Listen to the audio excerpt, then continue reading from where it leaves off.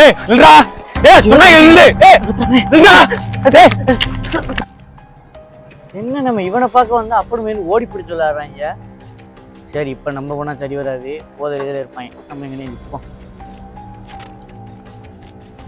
டேய் இருடா, அடுத்த தடவை நான் அப்பா கொண்டு அடிக்கிறேன்டா.